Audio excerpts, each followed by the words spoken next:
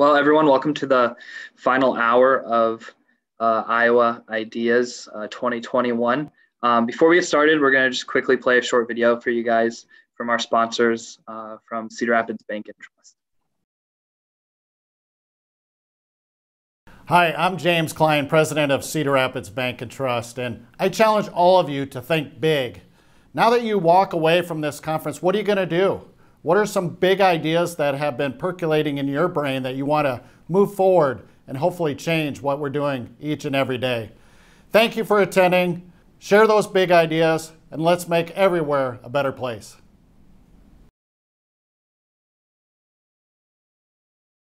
All right, welcome back, everybody, for our final hour of Iowa Ideas 2021.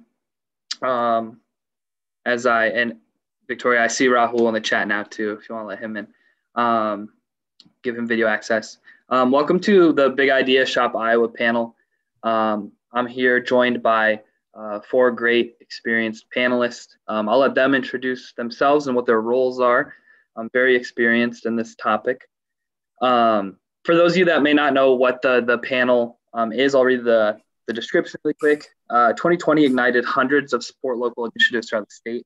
What kind of impact have these programs had on local businesses? Will these programs sustain? What do local businesses need to survive and thrive? And obviously throughout the panel, feel free to submit your own questions and we'll ask them along the way. We're not going to do like a Q&A at the end. We can do it throughout the whole thing. That's what I prefer. So I'm going to let our great panelists introduce themselves really quick and go through.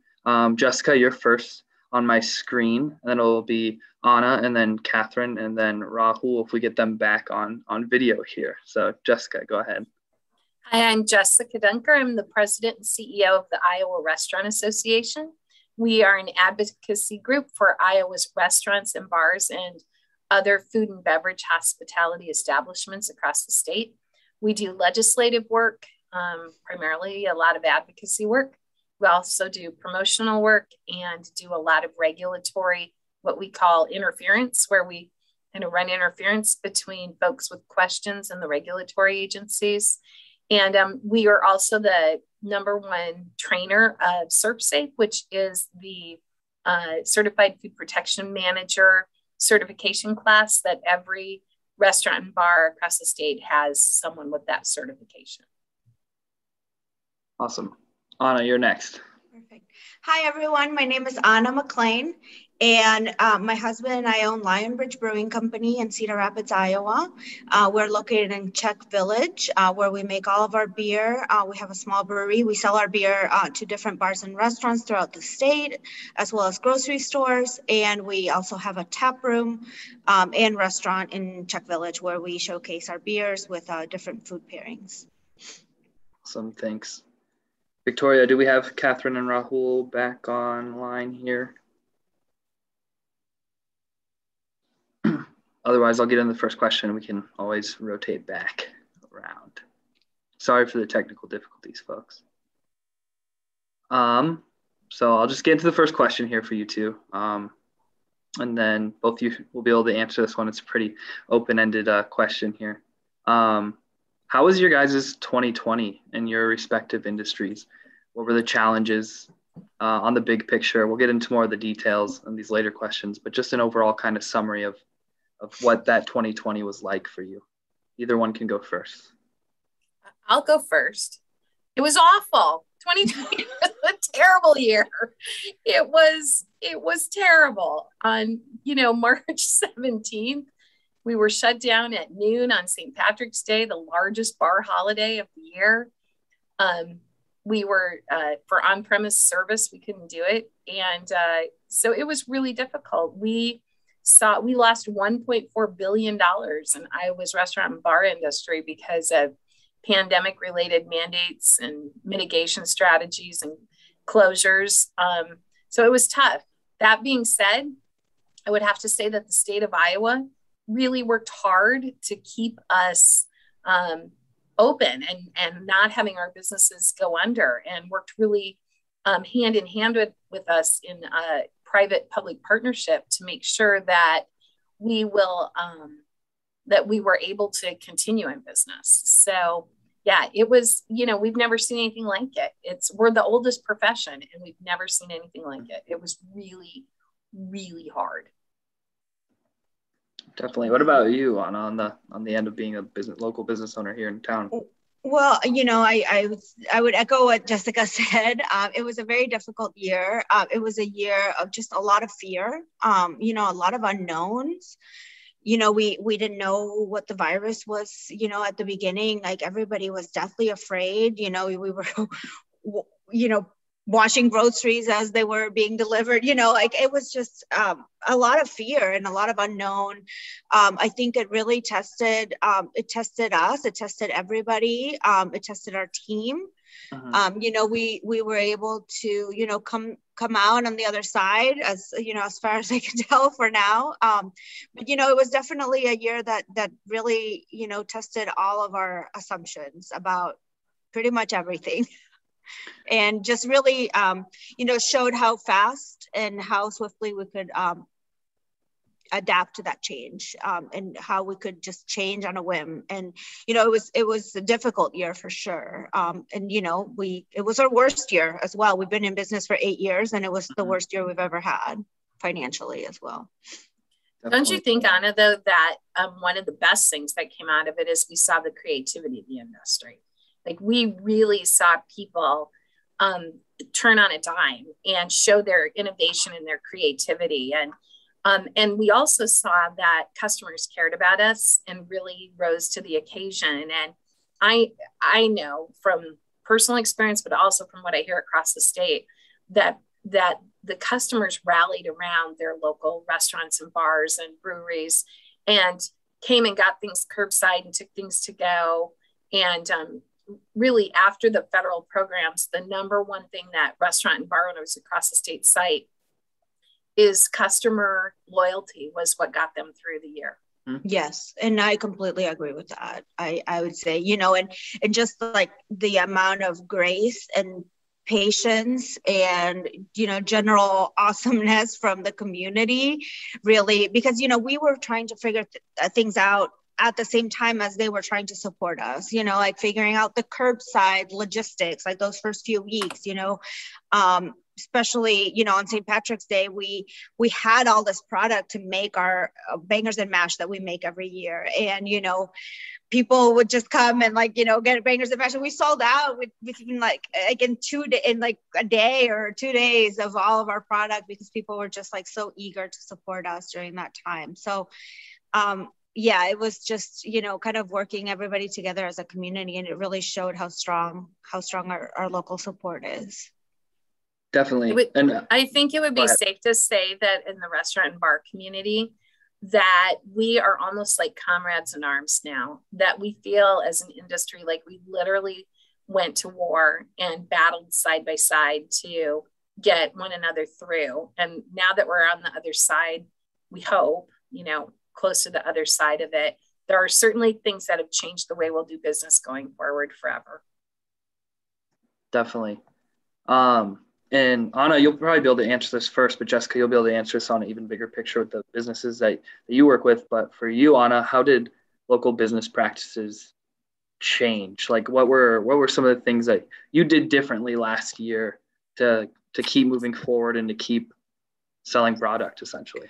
For sure. So one of the first things we did, as soon as the curbside and, we had a very old school point of sale system that, we were looking at possibly changing. And this pandemic really accelerated us, updating that. So we switched to a new POS system called Toast, which allowed us to be able to do online sales pretty much immediately. And I worked on that for pretty much 3 days straight, nonstop, to get that up and running.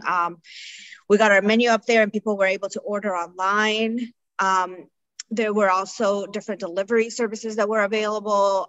We, as a restaurant, because of our size, that was something that we decided not to do at this point in time, but it was available through this new POS system. So that was something that changed, and it's going to remain. And what else did we change? We changed our menu as well, because one of the things, and you probably have seen this in the news, but just the supply chain has been incredibly disrupted through the pandemic. So just being able to get product that we want has been challenging. And also changing the menu, as in like how many items are we prepping for one menu item, things like that. So we've really had to do an audit of the menu that we had and say like, how many things do we need to change? What menu items need to evolve? And, you know, to be able to manage our kitchen with less staff. And also, you know, because of the pandemic, we needed to have less people interacting with each other at the same time. So we were trying to just have one person in the kitchen at one time, so to reduce the amount of exposure that each person had. Thank you. And Jessica, on the bigger level, do you have more to say to that on all the business? Yeah. So a couple of things. There had to be some immediate legislative or regulatory relaxing. And so Iowa was one of the first states to allow cocktails to go. And we were the first state in the nation that went ahead and made that permanent. So cocktails to go was certainly something that statewide we saw. Also, there had to be some regulatory relaxing to allow restaurants and bars to sell off inventory of some of their spirits and beer and some of those things. And so they were allowed to do that in the pandemic. One of the things that people aren't always aware of is that pre-pandemic, only 37% of food and beverage that was prepared was consumed on premise. So 63% was already being drive-through, carry-out, delivery, to go. And so people with sit-down restaurants were already competing for an increasingly small piece of the pie when it came to revenue. And so what COVID did was it was a real catalyst for changes to speed up changes we were heading towards anyway. Every food and beverage establishment needed to be thinking about how to do carry out delivery pre-pandemic, but the issue was forced with the pandemic. And so that did it require people to do a lot of things like size down things that you mentioned, size down menus, go to QR code menus so you could change them quickly. And so we just thought we probably jumped ahead 5 years from the standpoint of the delivery models and the technology models in a lot of locations. Definitely. Well, we're going to take a step back here because we got our other two panelists in. Catherine and Raghul, welcome. Glad we have a full party now. Can you two introduce yourself? I'm going to have Catherine go first because she's higher up on my screen, and then Raghul. Can you just quickly introduce yourself and your role and how your 2020 was? My name is Catherine Champion. I own 3 retail stores in Eastern Iowa. We also have a thriving online business. I'm from Iowa City. I've been there for about 12 years. Prior to that, I was with Gap and Target in merchandising and buying roles. 2020 was horrible, but out of it, I mean, as I'm sure everyone else was speaking to, like, we definitely fast forwarded by multitudes during that time frame in terms of technology and moving forward. So without 2020, I don't think our online business would be as thriving as it is today, which it really is. So that's been a great advent. But traffic to stores continues to be hampered by the pandemic. So 2022, probably in foot traffic will start to resume. Even though we're at 2019 dollar levels, exceeding it, we probably won't get traffic back until 22. Raghul, what about you? All right, thanks, Gage. My name is Raghul Ethiraj. I'm the CEO and co-founder of Deetz, short for Details. A quick background is that I graduated from Iowa State. I started the Deetz with my other co-founder who's from University of Iowa. And we started Deetz during the peak of pandemic because we were like, hey, all of our favorite small businesses were shutting down left and right. And then that would be the first time we would hear about them and be like thinking, wow, I didn't know, I've been living here for the last year and I didn't know we had this business. And I have the habit of eating out twice a day, every day, because I just refuse to cook. And so, I figured there's a huge disconnect between people living in a city and what's happening in a city. And people fall into the cycle of two things. One, that they think like, man, my city sucks, nothing ever happens. Or two, that they always go to the same 3 or 4 places because that's what they know about or hear about. So we wanted to fix this problem of showing people how vibrant their city is and what's happening around town every single day, not what happened last day or 2 weeks ago, just what's happening today. So I quit my job at Microsoft to start Deetz. And since then, we've grown. We started in Cedar Rapids. We've grown to all the major cities in Iowa, backed by IEDA, John Papa John, and all that fun stuff.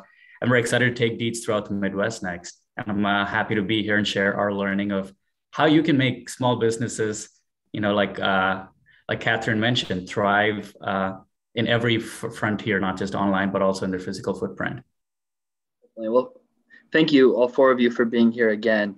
Cathine and Raghul, I'm going to follow up with you two on the same type of question. For 2020, how have local business practices in your industries changed that you've seen? You're in a little bit of different industries than Anna and Jessica, so I'd love to hear from you guys what the changes have been to help you guys keep moving forward as well. Either one can go first.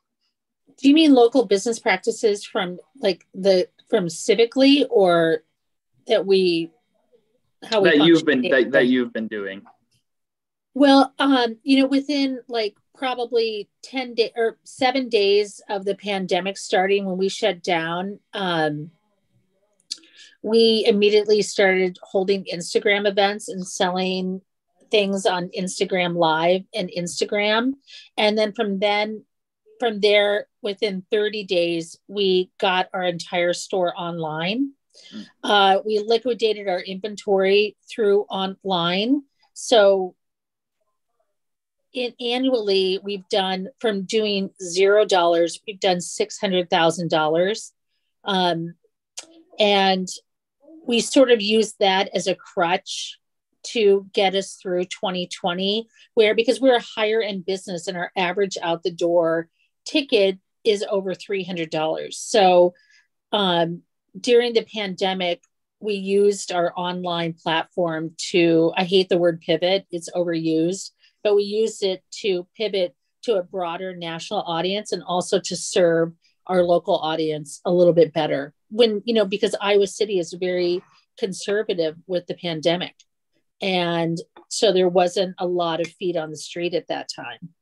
So we ended up, our online business has completely erased any of the void that we experienced from foot traffic. And we're still doing that. We arranged with the downtown district and Toyota of Iowa City to donate a Toyota for downtown deliveries. And the downtown district is still doing that, which Iowa City customers utilize every single day. We have local deliveries that we utilize. So I would say that the pandemic has been extremely difficult for every business, but we're okay now. We just moved fast and really used our gut instinct to get through what could be really a financially devastating experience.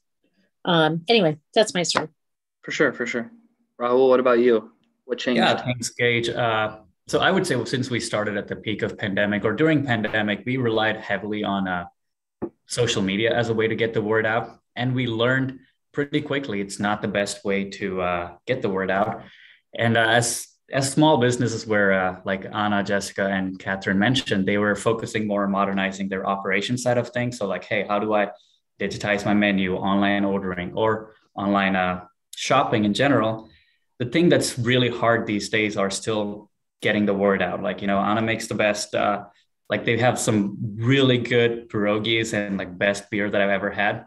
But how do more Rahul's in Cedar Rapids know about it? Because as a consumer, every business has a Facebook and Instagram page, but I'm not out there following 200 Facebook pages. Just so that's not why I get on Facebook or Instagram. I'm there for memes and seeing who got engaged this week. So we need a better way to get the word out. And for Deetz, we are like a team of 8 people and we struggle hard on getting the word out on social media. So imagine a small business that's already stretched thin. social media is not going to work for them. And so we need to find innovative ways to get the word out, which is what we did with Deetz. We completely pivoted to our North Star is if someone comes and says, we're going to run Facebook ad, Instagram ad, or like put things on our story, we'll be like, okay, cut that off, not doing it.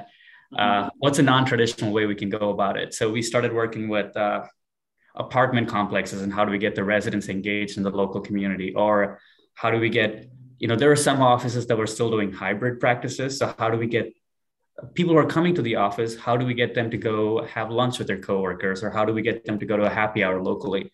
And these non-traditional methods have worked really well for us. And I think that's something we should be mindful moving in as we modernize every aspect of a small business from operational side, we need to really think hard on how we go about marketing that, because technology on that front is way too saturated on the social media side. Definitely. And now that we have everyone caught up, the next question's for all four of you guys. What programs or initiatives in place did you see or were involved in or took advantage of yourself that worked well to help Iowa businesses during the last year and a half? And do you all think that these type of programs and initiatives will sustain even one day when we hit the post-pandemic world, if that ever happens at this point? Well, I think one program or initiative, which was federally based, which will not be there anymore, is PPP. I would say personally and anecdotally from whoever I speak to, the PPP was the one thing that really helped prop up local business personally. Yeah, I would agree with that. Yeah. Really, I mean, honestly, it happened quickly. It happened fast. It helped people with revenue pay their bills so that ball can keep rolling. Rents get paid, bills get paid. Where otherwise, I mean, really revenue just completely stopped as of March 15th, zero. So that was that was a great tool. Yeah, I would say that, and also like for us here specifically in Cedar Rapids, the city was just very easy to work with in the terms of expanding our outdoor seating. So last year, pretty much since the shutdown in March until the beginning of June, I would say it was our worst 3 months ever.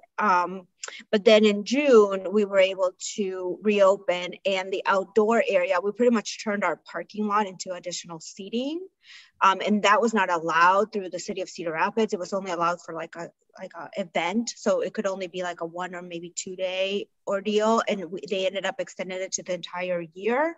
So we put a semi-permanent tent out there in our parking lot, and by being able to expand that outdoor seating, we were able to pretty much have our regular capacity in terms of seats, but they were all moved to the outside and expanded. So for us, I think that was a lifesaver because we were able to continue keeping the same number of seats by just expanding it to the outside. But of course, we were, I would say, in a privileged position to be able to do that by having our parking lot. But I think the city did work with a lot of businesses being able to take sidewalk space or even like front parking lot space on the street as well. Definitely. Jessica, Raghul, anything else to add to that one? Well, there were a lot of programs actually, sure. And PPP was really good for certain segments of the market. But the first round of PPP required you to use it on payroll at a time period when most restaurants had laid off half their employees or more. And so the look back period on the first round of PPP was difficult. It did help a lot of people. I don't deny that. The EIDL emergency disaster loans and grants were extremely helpful. But honestly, one of the best things that happened was the state. The day after we had restaurant shutdowns, we started talking to the state asking for money, and they produced a grant program that had money in the hands of people by April, faster than the federal programs did. It was only up to $25,000, but it really helped a lot of folks get by, specifically in the restaurant community. We continue to be incredibly frustrated at the federal level because there is an approved restaurant revitalization fund that ran out of money. You had to qualify for it. And more than 2,600 restaurants and bars in the state of Iowa qualified for it, but only 850 received funding because that federal program ran out of money and they failed to replenish it. And they seem to be able to find money for everything else, but not a program that they've already approved. So that is a constant source of irritation to our industry at the federal level. At the state level, we did our own Iowa Restaurant and Bar Relief Program that helped about 1,700 restaurants and bars across the state.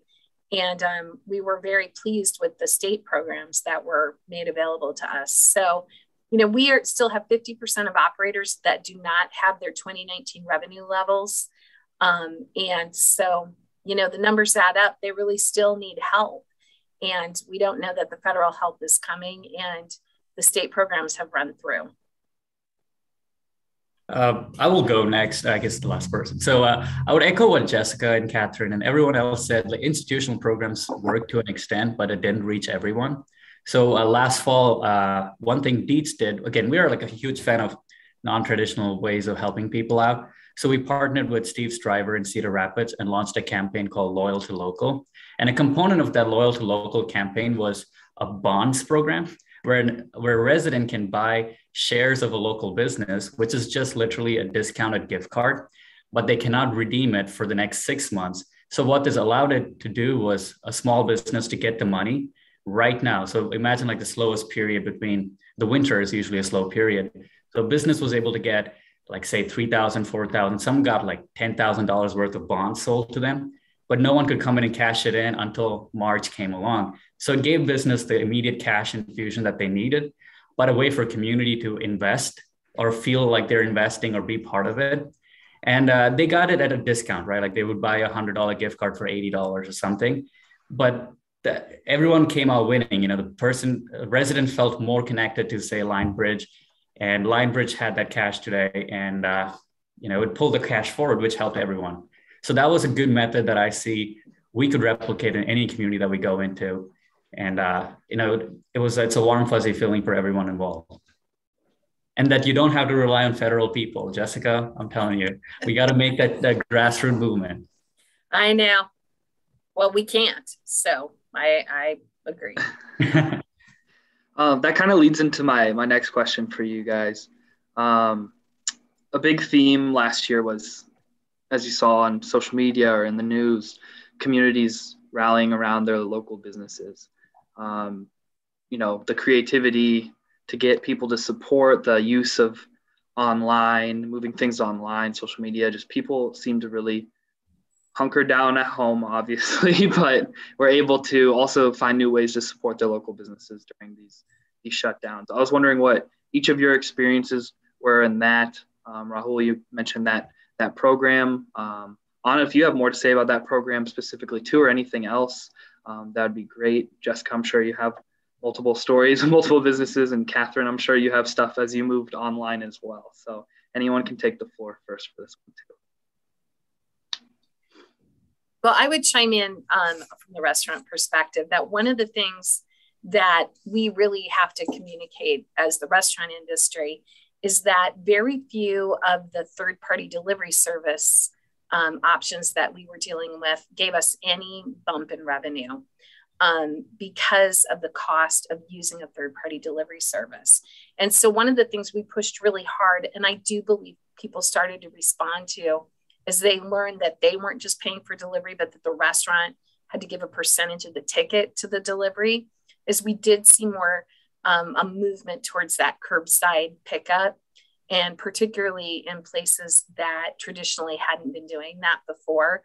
In our future, we have to figure out how to work with the third-party delivery apps because consumers like them, but they are they're a loser financially for 98% of restaurants across the state. Yeah, and there's a lot of issues Yeah. I did speak to the Gazette if you want to look at an article that I interviewed with last year, but there's a lot of issues related to those third-party delivery. And unfortunately, it just left a really bad taste in a lot of restaurant owners' mouth last year because they were stealing menus and offering these services without signing up the restaurants. And then, unfortunately, people were going online, ordering, thinking that they were getting something from the restaurant. And it was just, a rogue delivery driver coming in, picking up food. And we had no idea where they were putting that food, if they were keeping it up to temp, where that food was going, or it had been directly to the customer. We had an issue with somebody who a burger took about an hour and a half to get to them. And by the time it got to them, it was cold and not good. And, they wanted a refund, and we had no idea how to even refund that person because we had not accepted that order through our system. So it was just a very big mess in 2020. And I think a lot of those third-party delivery services really took advantage of a situation where restaurants were suffering, and customers also wanted that service at the same time. So how did you combat that then? We're combating it with legislation. That's what the industry's doing. We're actually proposing legislation this year against predatory practices. So, because there is no legislation that regulates this. What she just spoke of, there is no protection against right now. None. Right. But as a local business, were you able to do anything, Anna, to pick up on that and prevent that in your guys' own way? Or was it just that much of a mess? Well, we've been very vocal about this issue. Mm-hmm. I spoke to the Gazette last year, right. And we are very clear with our customers and our customer base that we do not do delivery at this time. So we've also spoken with the third-party delivery services many times about not including us. I think sure. By now, I hope it's clear. But it's been really frustrating. As a business owner, it's been really, really frustrating because there have been unhappy people, and then it reflects on our brand or our name. And it's not. I would say it's just not fair, and not fair to the customer either. It's really becoming important to talk about and think about that issue moving forward, because this year the legislature passed allowing third-party delivery of alcohol, and everyone thought on the surface that would be a boon to the restaurants. Restaurants didn't want it. That came from the grocery stores. That's who actually wanted it. And so we have some really difficult alcohol-related issues moving forward if the kinds of things that she's talking about happen. So we got pushed forward really fast. Legislation hasn't caught up. Definitely. Yeah. And thanks for that. I want to back up again for a second and give Cathine and Raghul a chance to talk about the community rallying aspects as we moved into shutdowns and online, and what you each saw from just your own communities, the goods. I'll get into more of the issues. I'm trying to balance the positives and negatives throughout this so that we're not too gray as going through, because there's also some color too, right? I think there has been a great, one of the things with the pandemic, that just the lack of travel for people has brought them more insular. So they're more focused on, in terms of retail, on buying things locally, because those are their options, except for online. And especially in Iowa City, where we have a super strong local community that supports their local stores and local restaurants, that has really helped the store march through things. And people don't expect discounts. They just are very appreciative of service, and it's brought a new light onto shop local. So I think that has strengthened our brick and mortar stores. Even though foot traffic was down, financially, those people they access our website and use local delivery and pickup to support those purchases. So the pandemic, although it did drive a big wedge into our day-to-day practices in 2020, it pushed us forward in a really positive way by pushing brick and mortar into the 21st century. And for that, I don't know if we would be there if it wasn't for the pandemic. So it's just made my business stronger and more resilient going forward. And, we've attained somewhat of, we're able to serve people nationally as well. And that really does help for sure. Definitely. Raghul, what about you? Definitely. Hey, by the way, is my background coming through okay? Yeah, but we see it. All right. I was pretty proud of it, and I was like struggling to get started. But you need to do mine too. No, I like your thing going on, Catherine. I like the product placement there. Yeah. I want to get one for myself. But But I've got my kids' artwork, so. Ooh, this is fun. Like now I feel like I should take mine off because it looks, anyway.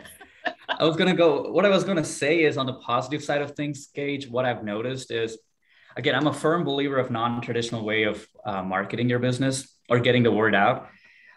Because Jessica and Anna both mentioned the issues with relying on third-party delivery apps and how they like ruin the experience for them. And I order at least twice. I mean, I don't know if I should be proud of it or like physically irresponsible about this, but I eat out twice a day and I use Uber Eats, DoorDash, and I run into the same issue of, the food coming in really late, cold, the packaging getting ruined. Again, the person delivering doesn't really care. They'll just like eat it across the door and just head out. But the thing that got me to switch that behavior and go to, I'm going to keep saying Lion Bridge because I see you there and it just reminds me of the wonderful patios you have. But it's the experiences people can have, right? Like food is one thing, but where you eat it and how you eat it is another item that makes you fall in love. So calling out places that have open patios and making that accessible was a huge shift from people thinking, do I want to watch Squid Games and eat this burger? Or do I want to like go to a patio? Because I know this place has a patio. I didn't know it had a patio. And recently Iowa had this legislation where pets are allowed at open patios. Now, when you make that information very accessible, people are more likely to go out and say, screw you, DoorDash, because I'm taking my Fido out there to this patio and getting some beer with my friends. When you help people make memories with good beer and good food, like they're in love. Like no delivery app can replace that. And once we started doing that information on the Deetz app as, hey, here's your nearest patio, here's your nearest pet-friendly place. Oh, also happy hour from 4 to 6, and this is exactly the happy hour. Now you just fill the whole thing of, oh, I'm gonna fall in love with my city today. And I think that's like these alternative ways of calling out businesses that they're really good at is still successful, and making that accessible is another way to be resilient, outside of digitizing everything.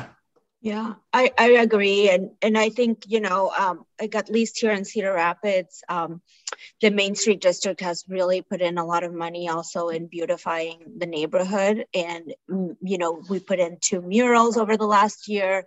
So just having that, beautiful neighborhood where you could maybe even go to a restaurant, get takeout, sit on a bench and, enjoy your takeout in a nice setting is also really nice. And it really adds to that experience. I would be totally remiss if I did not, first of all, say that you have some awesome restaurants in your area. And in fact, the 2021 Chef of the Year for the Iowa Restaurant Association is from Rodina. And so we'll be honoring Rodina at a state ceremony in November. And Anna was one of our 40 women to watch in our inaugural class. And she's got another team member who's being honored this year as well. And so, there's a reason that 60% of people when surveyed say they'd rather spend money on an experience than a thing. Sorry, Catherine. I mean, I know they want things too. I love things. But, if you can make that experience, so I love your software actually, or your app, right, is because we are in the business of making experiences in hospitality. And there's a lot of great ones in your area. So people should get out and do it. That actually leads to my follow-up directly for Catherine. When we're talking about experiences, can you speak to making your line of business, your industry can be an experience as well? How do you still execute on that in the online, now that we've pushed so far online, how do you still make that an experience for your customers? Well, I think that whatever you can do to translate the store to your online business is what you need to do. Like, because Instagram is sort of shows the quirkiness of owning a business in a vintage store, having an Instagram feed that runs across the bottom of your website is a great way to like bring people nationally into local, to bring people nationally locally. And to also show, like, have your website not just be a standard template, which anybody can put together a template. I mean, we do our own website, we do everything.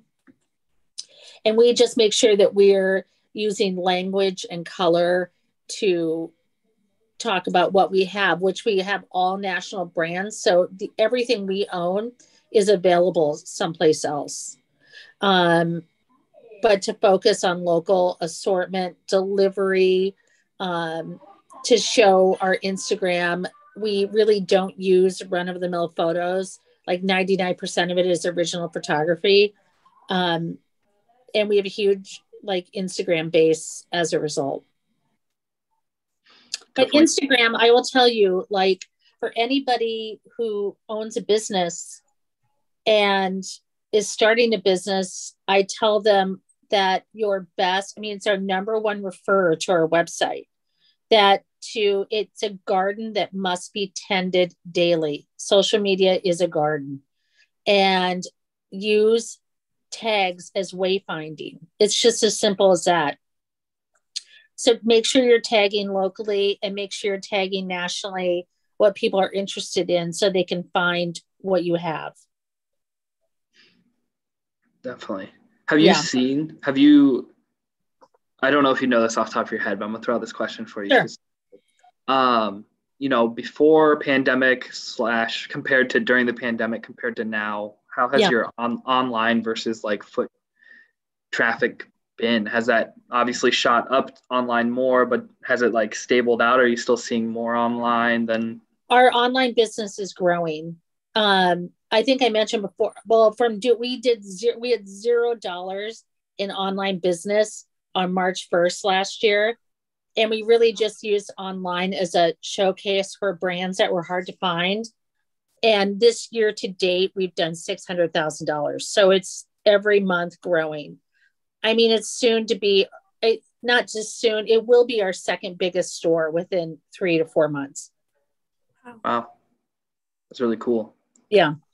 Yeah, it's amazing. I have a quick question, Sure. Catherine. How do you deal with the shipping, like the shipping delays, the shipping costs? We haven't had a lot of delays. So I think that, there are delays out there, don't get me wrong, but like we just, at first we paid for shipping, but we just can't afford to, if something's $100, shipping it just went up in the past 2 weeks, that people pay for their shipping to and from. And although it is a roadblock in probably purchasing, I'm sure our online business could be bigger if we didn't have them pay for shipping. But the reality is that the online business has a 25% return rate and our stores have a 3% return rate. So it is, it's not like a plus business. It is more expensive. You have inventory out of your system for up to 2 weeks. That is, and time is precious with seasonal goods. But because we are not owned brand, we're branded merchandise, there are MSRPs. So that's why shipping can really eat into that.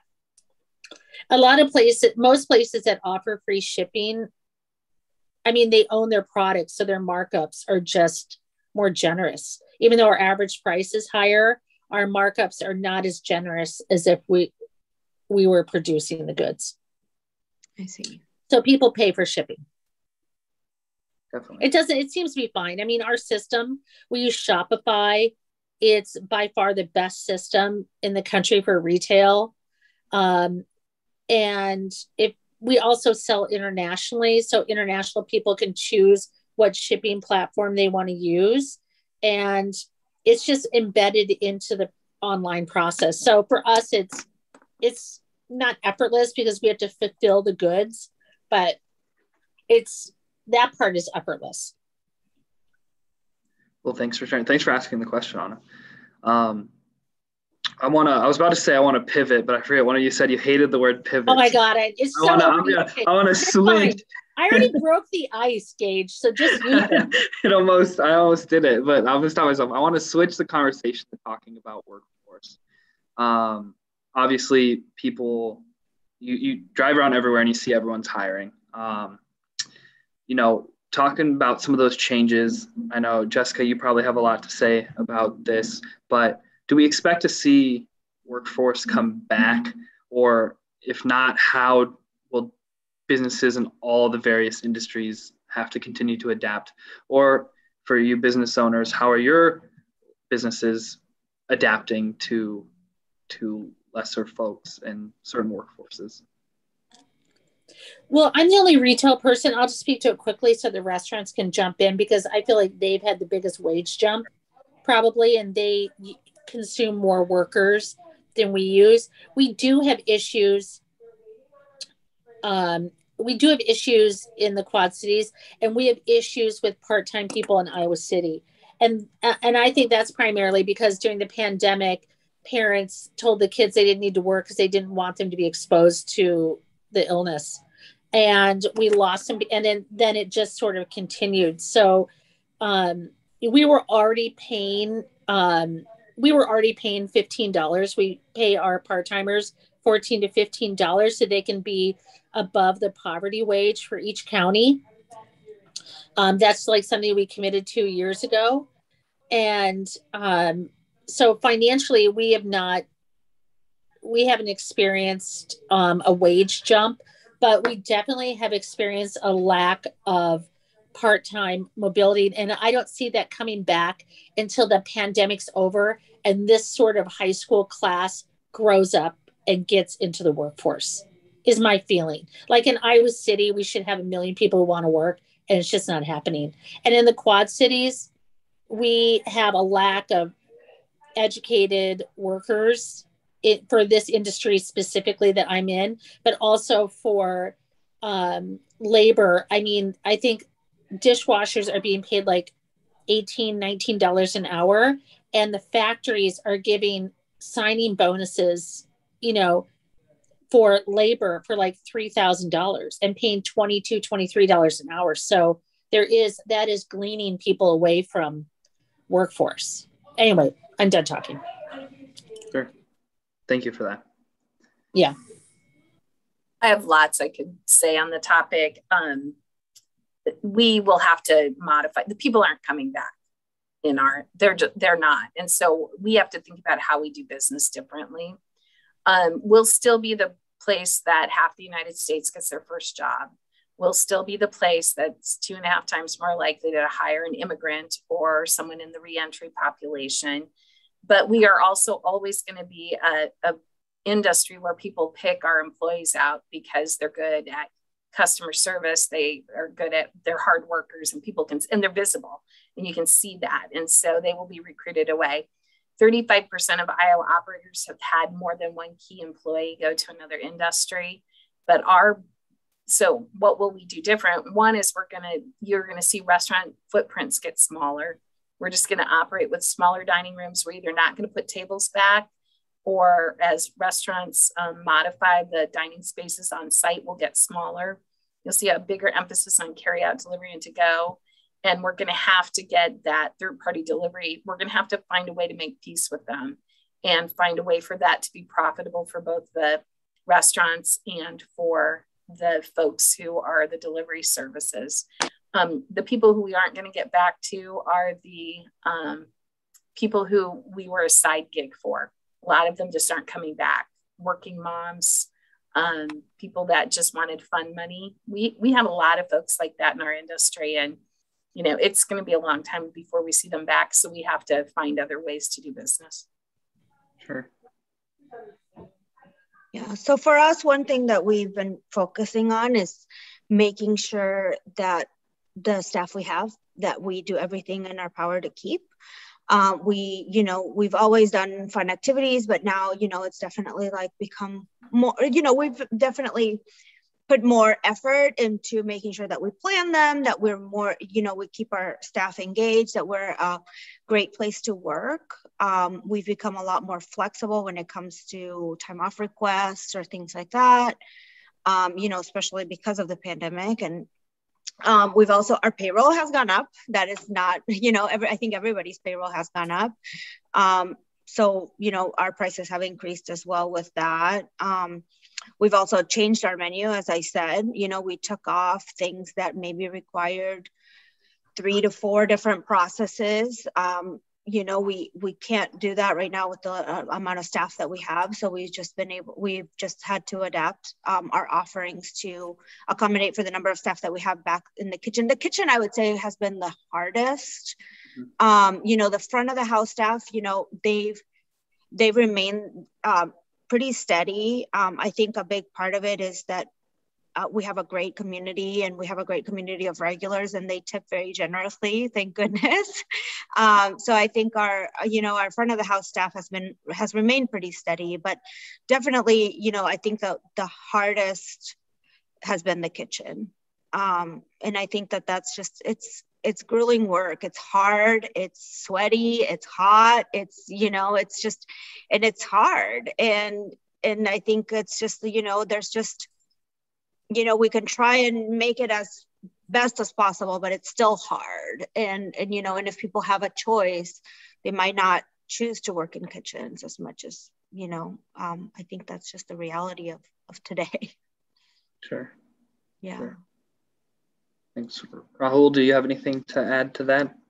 No, I think everyone else covered it really well. So, Okay. I deal mostly with hiring tech Yep. and the other side of things. So unless there's a need, interest in learning about how we struggle with that, I'll skip that. Sure. Yeah.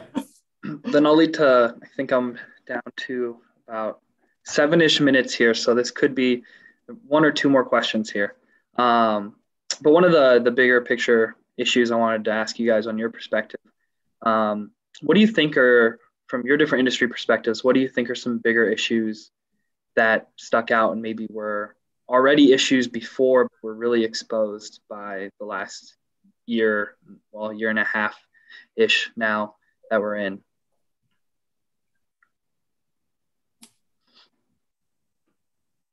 Well, I think one of the things that stuck out for me was sometimes maybe the lack of legislation on a lot of things that were ended up falling on the business owner to decide.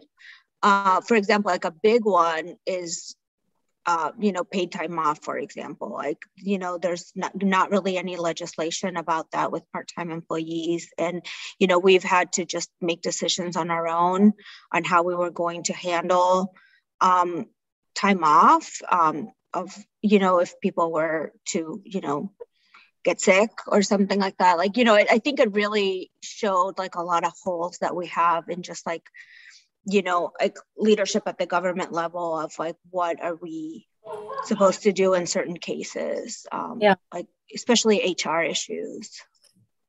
I think it just exposed also how razor thin margins are in many local industries. I mean, to have something like small business be employing most of the US, but have not a lot of the same advantages as big business, even in terms of like to your point, offering paid time off to employees, competitive wage, you know what I mean? We sort of operate more on a gritty level, and having the pandemic stop business really exposed those inequities for everybody. I mean, it was just really, we probably don't have the finances to keep going or to hold on for 9 months. I don't think any small business owner probably does, without having it really be a struggle. We learned a couple things. The average Iowa restaurant had 16 days of cash on hand. And so, we were in great peril almost instantly. The other thing is if you went into a grocery store and you saw the chaos that ensued, you saw that you realized that when we say 50% of the food dollar is spent in the restaurant, there was evidence of that, because when that outlet was closed for people or less available to people, the grocery stores were overrun. So just the importance of where we are in the food system was, or in the, in the distribution of food, made itself, painfully obvious. And then the supply chain issues that we're all still dealing with is complete insanity. I have, you are currently competing with restaurant owners who are emptying shelves of cream of mushroom soup and breadcrumbs because their food distributors can't get them to them. It's not just the things that you hear on the news, protein and bacon. It's that stuff. There is a packaging shortage, major one. Mm-hmm. Yep.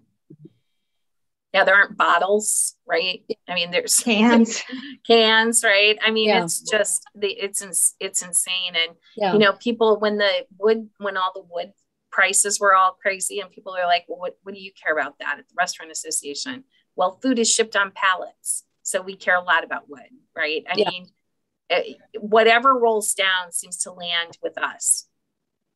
Yeah.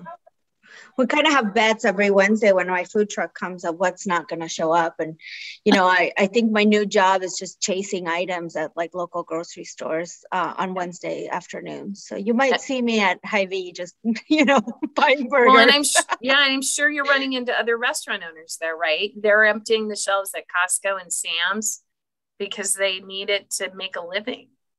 Yeah. Yeah, it's crazy. Sorry, go ahead. My bad. No, I mean, just the fact that we didn't have more attrition is shocking. It's only because like people really held themselves together locally that there wasn't just like attrition rates of like 70 and 80%. I mean, having no revenue for like a 3-month period is really dramatic, especially restaurants where it's a day-to-day thing, and then retail, you buy everything up front. So it's both sides of the coin are equally as dramatic. But I mean, some good did come out of it. I mean, everyone who made it through, more power to them. It just shows resiliency as well. So we trimmed up our business practices. Yeah. Yeah. Any restaurant owner that made it through this, I'm like, you are as tough as nails. I mean, seriously. Definitely. It's a lot. It was a lot. I think I'm about to get the 1 or 2 minute warning here, so I want to end on a higher note here before we send everyone away for the weekend. Quick question. We're still here. That's the high note. Quick question. That's kind of what my last question is for you guys. What have you seen now in your experience over the last 18 months that has made you optimistic for the industries? Just really quickly, we'll run through Jessica first, Anna, Catherine, Raghul. We have been overrun with demand, and customers love restaurants. They keep coming out. They wanted us to survive. They're part of the reason we survive, and we love them back. So be patient and keep coming. We're happy to have you. Anna, what about you? I think just seeing the strength of our community, we're a very local business, and just feeling that support, that love, that understanding. I think our customers and our guests have just been incredibly understanding of all the trials and tribulations that we're going through. And I think another positive thing is just, how we've just been able to embrace technology so much more, in the month of November, we're going to be piloting an order and pay at the table, technology where people we won't have a server need to take the order, put the order in the computer, get the credit card, run the credit card. So, things like that, we would have maybe never even considered before. And now we're, embracing these new technologies that are going to make everybody's dining experience so much better. Definitely. Catherine. Honestly, they covered everything.